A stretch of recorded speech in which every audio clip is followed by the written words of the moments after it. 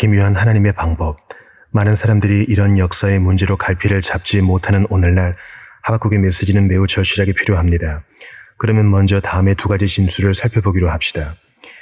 하나님의 세 가지 불가사의한 방법. 하나님께서 활동하지 않으심. 하나님의 행위에 대하여 공부할 때 우리가 발견할 수 있는 첫 번째 불가사의한 점은 하나님께서 분개해야 할 상황인데도 이상하게 침묵을 지킬 뿐 행동을 하지 않는 것처럼 보인다는 점입니다. 왜 하나님은 그런 일들이 일어나도록 허용하실까요? 왜 교회가 오늘날과 같은 모습을 띠게 되었을까요? 지난 40에서 50년간의 교회사를 더듬어 봅시다. 왜 하나님은 그런 상황을 허용하셨습니까? 왜 하나님은 신앙을 훼손시키고 심지어 그 토대가 되는 진리까지 부정하는 현대주의가 생겨나도록 허용하셨을까요? 왜 하나님은 신성을 모독하고 자기들이 전파해야 할 신앙도 부인하는 그런 사람들을 징벌하지 않는 것일까요? 왜 하나님은 심지어 하나님의 이름으로 그토록 많은 잘못들이 저질러지도록 허용하시는 것입니까? 또한 하나님은 왜 신앙심이 깊은 백성이 드리는 기도에 응답하지 않으셨습니까? 우리는 지난 30-40년간 교회의 부흥을 위해 기도해 왔습니다. 우리는 정말로 진심을 다해 열심히 기도했습니다. 우리는 교회의 실상을 보고 한탄했고 이러한 교회의 실상 때문에 하나님을 향해 부르짖었습니다. 그러나 아직 아무런 일도 일어나지 않은 것 같습니다. 선지자 하박국처럼 지금도 많은 사람들이 다음과 같이 묻고 있습니다.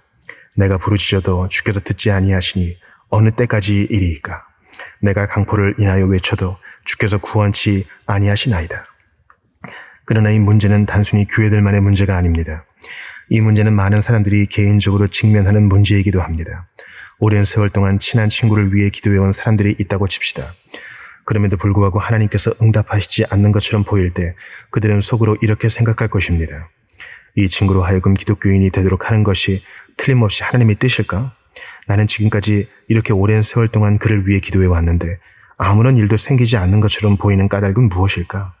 왜 하나님은 이렇게 침묵만 하고 계시는 것일까? 우리는 하나님께서 침묵만 하고 계시는 것을 보며 안타까운 마음이 들 때가 한두 번이 아닙니다. 하나님은 왜 우리의 기도에 응답하시지 않는 것입니까?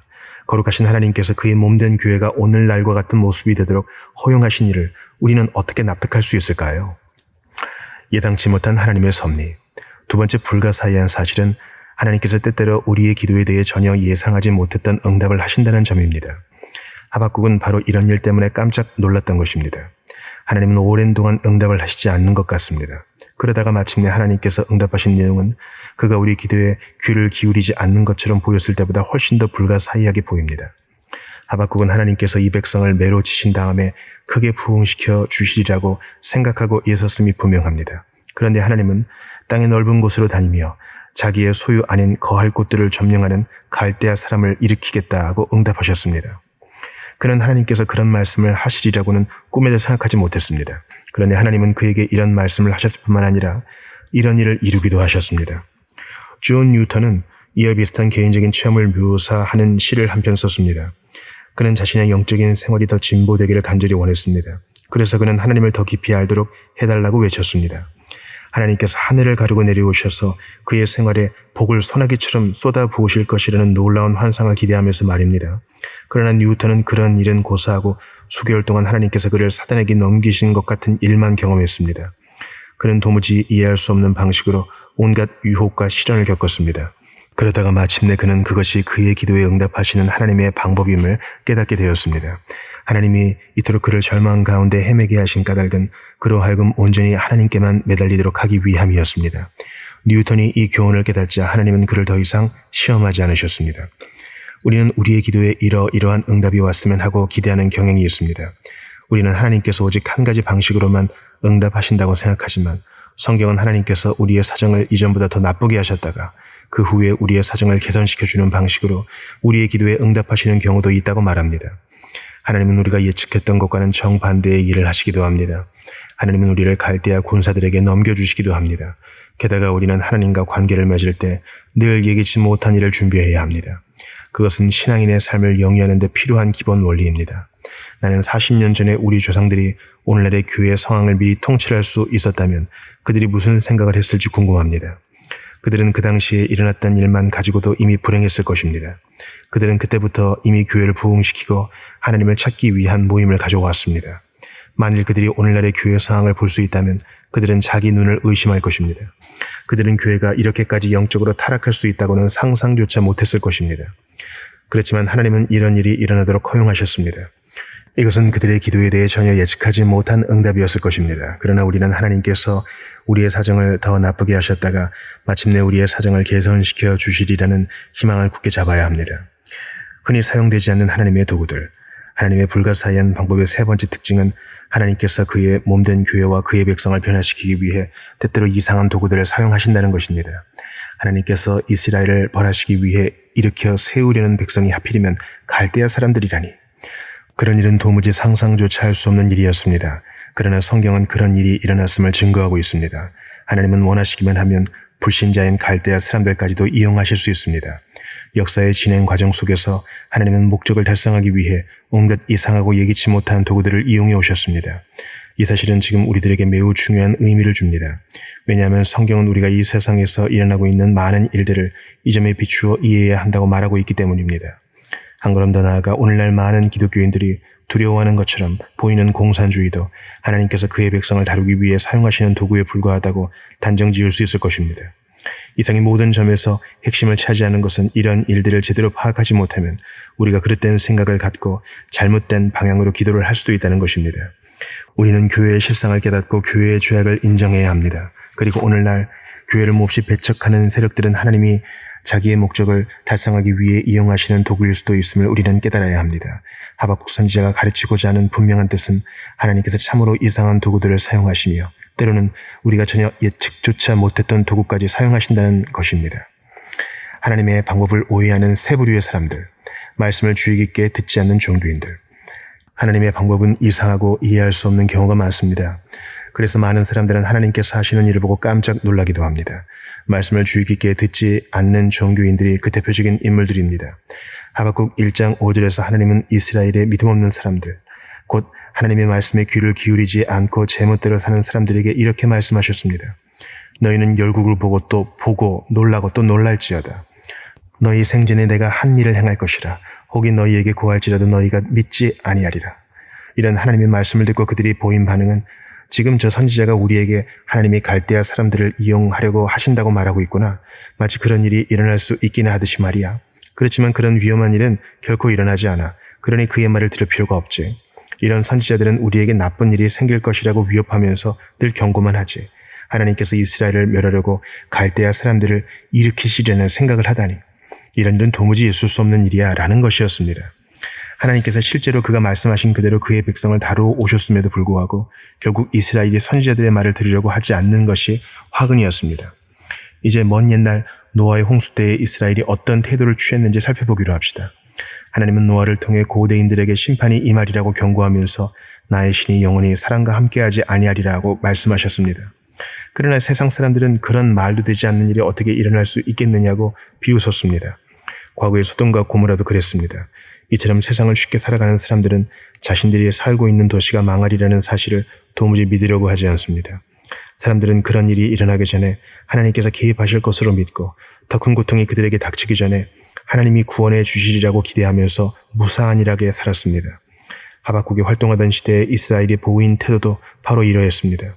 그렇지만 하나님은 갈대아 사람을 일으켜 이스라엘을 공격하고 정복하도록 하셨습니다. 이스라엘 백성은 죽거나 포로로 잡혀갔습니다. 이러한 원칙을 가장 잘 보여주는 신뢰는 사도행전 13장의 보도입니다. 여기서 사도 바울은 하박국 1장 5절을 인용하면서 그 구절을 당대의 사람들에게 적용시키고 있습니다. 결국 그가 말하고자 한 바는 다음과 같습니다. 아닙니다. 여러분의 조상들처럼 여러분도 믿음이 없습니다. 이스라엘이 메시아를 알아보지 못하고 오히려 그를 십자가에 못 박았으며 이제는 그의 복음을 믿으려고 하지 않기 때문에 하나님은 심판을 하시려는 것입니다. 하나님은 로마 군대를 일으켜 여러분의 성전을 쑥밭으로 만들고 여러분을 열국으로 쫓아내려 하십니다. 선지자 하박국이 예전에 이미 이런 예언을 한 바 있음에도 불구하고 여러분이 그의 메시지를 계속해서 무시해 온 것으로 보아 여러분은 내가 한 이 말도 믿지 않을 것입니다. 주후 70년 이스라엘에는 아주 무서운 일이 일어났습니다. 로마 군대가 예루살렘을 포위 공격하여 함락시키고 유대인들을 열국으로 쫓아낸 것입니다. 그들은 그때 쫓겨난 이후 지금까지 그 포로지에서 살고 있습니다. 말씀을 경솔하게 여기는 종교인들이 선지자들의 말을 결코 믿으려 하지 않았다는 것은 엄연한 사실입니다. 그런 사람들은 늘 하나님께서 그런 일을 하실 리가 없다고 말합니다. 그러나 나는 지금 여러분에게 하나님께서는 반드시 이런 일을 행하신다는 것을 상기시키려고 합니다. 하나님은 자기 백성을 벌하고 그들에게 어떤 교훈을 주기 위해서 현대의 공산주의를 이용할 수도 있습니다. 그러므로 우리는 하나님께서 그런 도구를 사용하시리라고는 상상조차 할 수 없다고 생각하면서 계속해서 무사 아니라고 나태한 삶을 영위해서는 안 되겠습니다. 우리는 시온산에 평안히 거하고 있으면서 시대의 표징들을 깨닫지 못하는 사람들과 똑같은 상태에 빠져서는 안 됩니다. 이 세상 사람들도 하나님의 행동을 보고 몹시 놀랄 것입니다. 그들은 그 힘으로 자기 신을 삼는 자라. 이에 바람같이 급히 몰아 지나치게 행하여 득죄하리라. 갈대아 사람들은 자신들이 하나님께 이용당하고 있다는 사실을 전혀 깨닫지 못한 채 자신들이 얻은 모든 성공의 공로를 그들의 우상에게 돌렸습니다. 그들은 성공을 거둔 비결이 군사력에 있다고 믿고 그 일을 자랑했습니다. 그렇지만 하나님은 곧 그렇지 않다는 것과 하나님이 그들을 들어 올렸던 것처럼 그들을 내동댕이 칠 수도 있음을 보여주셨습니다. 이 세상 사람들은 하나님의 백성보다 하나님의 행동을 훨씬 더 이해하지 못합니다.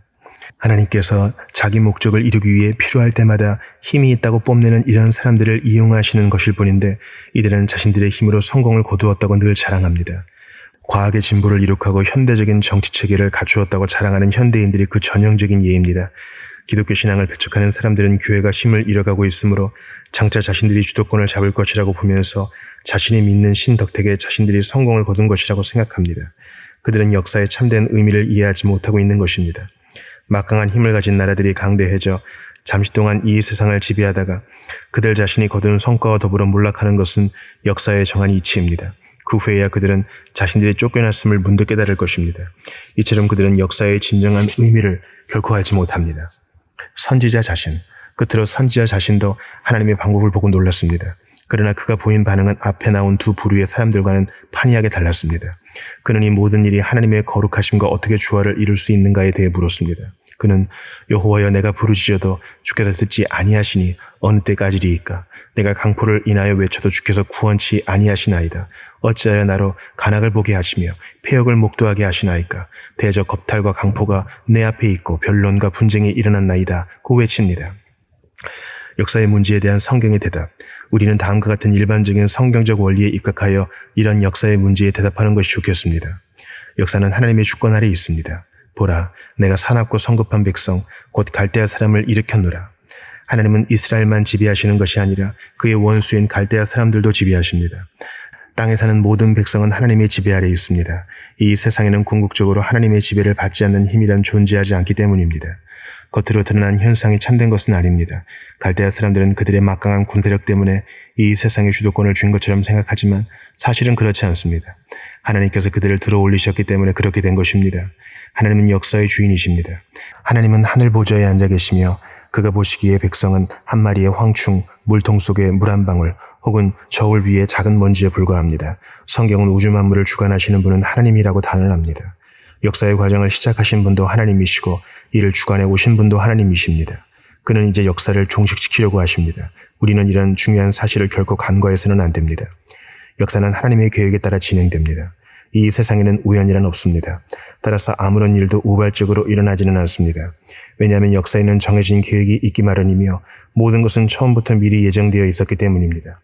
처음부터 그 끝이 어떻게 될지를 아시는 하나님은 특별한 목적이 있어서 이 모든 일을 계획하신 것이며 그 일이 일어날 시점을 알고 계십니다. 하나님은 이스라엘을 축복할 때와 축복하지 않을 때를 아십니다. 모든 것은 하나님의 지배 아래 있습니다. 때가 찼을 때 하나님은 아들을 이 땅에 보내셨습니다.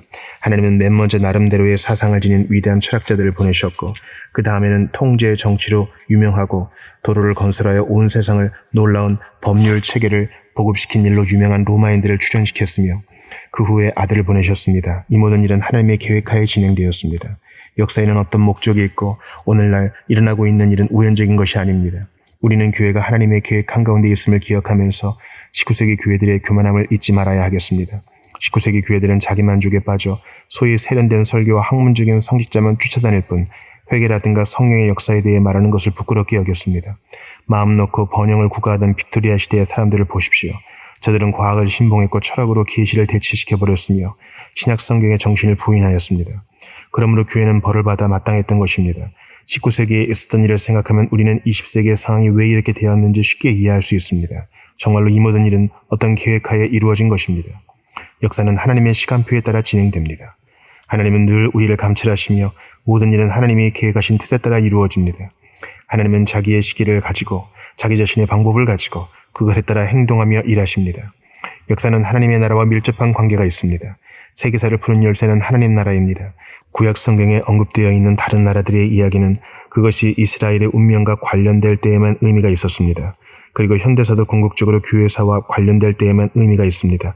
이 세상에서 정말로 중요한 것은 하나님 나라입니다. 태초부터 곧 인간이 타락한 바로 그 순간부터 하나님은 이 세상에 새 왕국을 세우는 일을 진행시켜 오셨습니다. 그 왕국은 하나님의 왕국이며 하나님은 이 세상에 있는 사람들을 그 왕국으로 들어가도록 부르고 계십니다. 이 세상에서 일어나는 모든 일은 이 왕국과 관련되어 있습니다. 이 왕국은 아직 형성되고 있는 중이지만 결국에는 완성될 것입니다. 다른 사건들은 그 사건과 관련될 때라야 중요한 의미를 지니게 됩니다. 오늘날 발생하고 있는 문제들은 하나님 나라의 빛에서만 이해될 수 있습니다. 하나님께서 지금 이 교회와 이 세상에 허용하고 계신 일은 하나님의 교회와 하나님의 나라를 세우시려는 하나님의 위대한 목적과 관련되어 있습니다. 그러므로 우리는 이 세상에서 벌어지고 있는 놀라운 일들을 바라보면서 당황하지 말고 이 사건이 하나님 나라와 어떤 관련이 있는가를 물어야 합니다. 또한 만일 이상한 일들이 여러분 개개인에게 일어나고 있다면 불평하지 말고 하나님은 이 일을 통해서 내게 무엇을 가르치고 계시는 것일까? 나에게 무엇이 변화되어야 할까? 내가 어디서 나쁜 짓을 했는가? 그리고 하나님은 왜 이런 일이 나에게 일어나도록 내버려 두시는 것일까? 등의 질문을 던져보도록 하십시오. 이러한 이상한 일들은 그 속에서 어떤 의미를 발견할 때라야 비로소 의미를 지니게 되는 것입니다. 이상한 일들이 일어났다고 해서 당황하며 하나님의 사랑과 공의를 의심해서는 안 됩니다. 만일 하나님께서 우리가 기도만 하면 언제든지 우리가 원하는 것을 다 들어주실 만큼 몰인정한 분이었다면 우리는 나약한 기독교인이 되고 말았을 것입니다. 다행히도 하나님은 우리의 이기심과 우리의 생활 가운데 있어서는 안 될 일들을 처리하기 위해서 대답을 늦추곤 하십니다. 하나님은 늘 우리를 염려하시며 하나님 나라에서 더 좋은 자리에 앉힐 계획을 가지고 계십니다. 그러므로 우리는 모든 사건을 하나님의 위대하고 영원하며 영광스러운 목적에 비추어 판단해야 합니다.